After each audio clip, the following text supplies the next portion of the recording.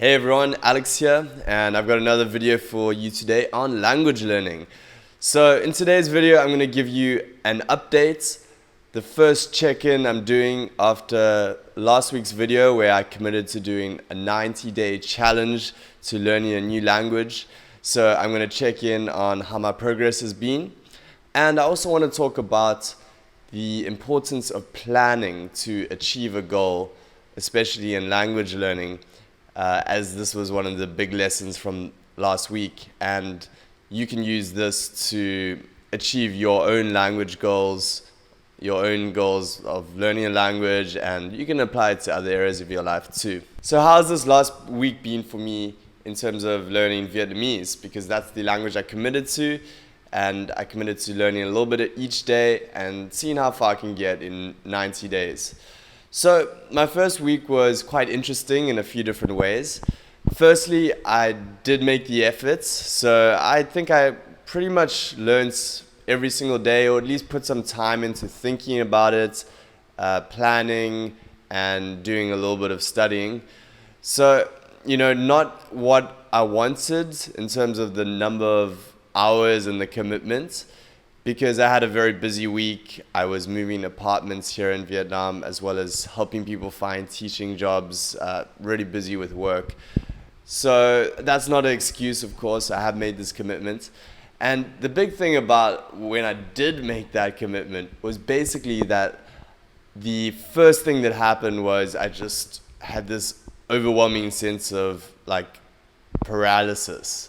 So immediately after saying, okay, I'm going to do this, I was like, oh, flip, now I actually have to do it. So I really felt that strongly, and I realized that the reason for this was there's so many different methods of learning languages, there's so many different ways you could possibly go about doing it, that it's an overwhelming sense that you get from this, and you don't know where to start.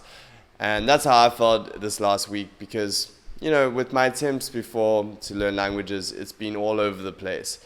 And I think if you don't have a proper structure and a proper plan of action towards doing something new and learning something, then it's not going to happen. And I know for myself, in every area of life where I've actually achieved something, it's when I've had mentorship, as well as a plan of action and consistent action. So, for example, if you go to gym, you've got to stick to your gym program. You've got to eat healthily. You should track your calories if you're really serious about it. So what is the alternative, and what is the equivalent of that with language learning? Well, what I've decided and realized is that I need to set a very solid 90-day plan. So it's going to be less than that, the remaining time. But I need to have something to focus on.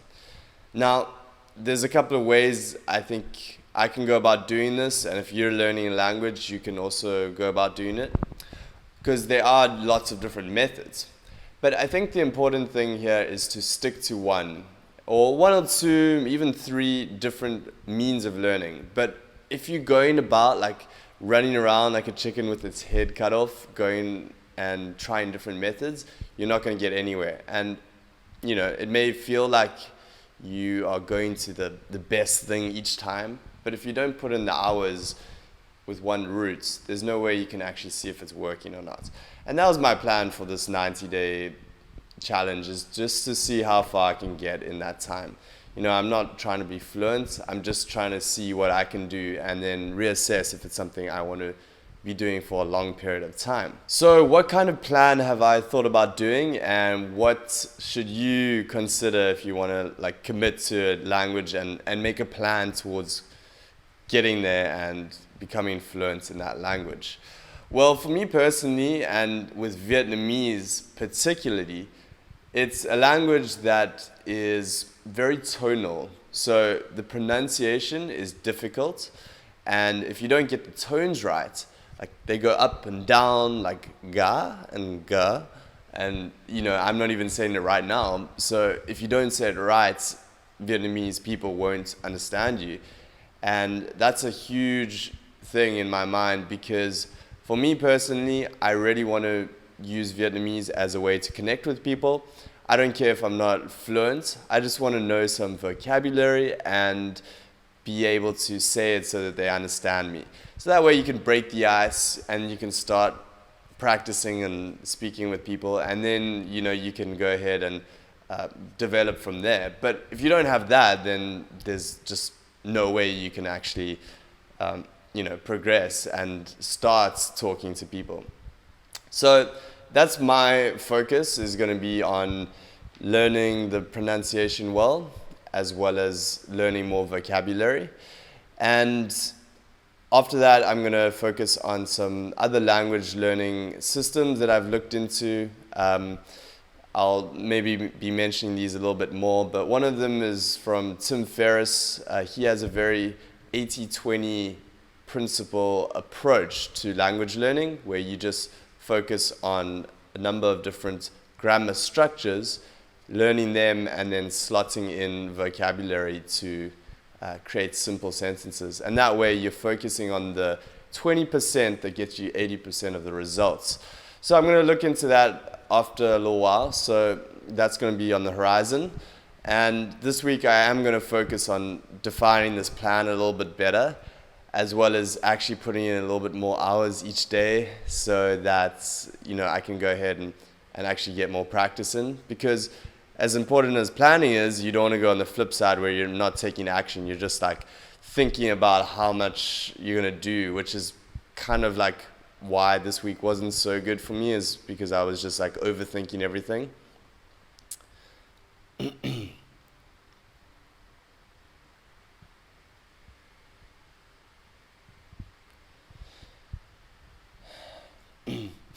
And then the last thing I realized, and then the last realization I had, is I'm going to need some help with this.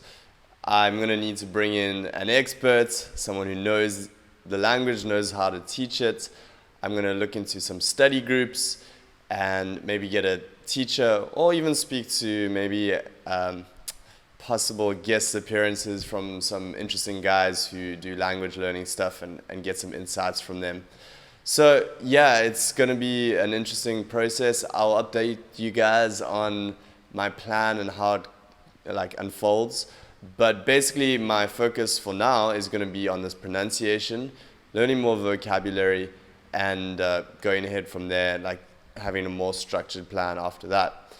So this week's going to be interesting. I'm going to stick with the memorize for more vocabulary, as well as starting to just research and go through new words and stuff like that. All right, so that's it from me. I'm actually a little sick here, but I wanted to check in and give you guys this update. I would like to see more from myself, so I'd be interested to hear what you guys think about this, and any other methods you'd recommend. I'm also looking into some other approaches. So again, I don't want to be spending too much time, trying different things. I want to go ahead with it. And right now, pronunciation, learning the tones, and more vocabulary is my number one focus.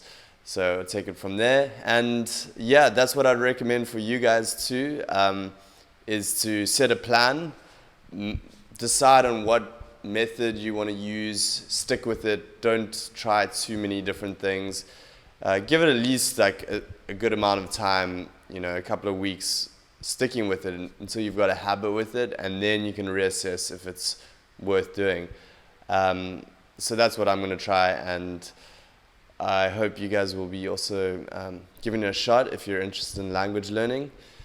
Give me some feedback here in the comments and tell me how it's going for you. I'd like to hear back.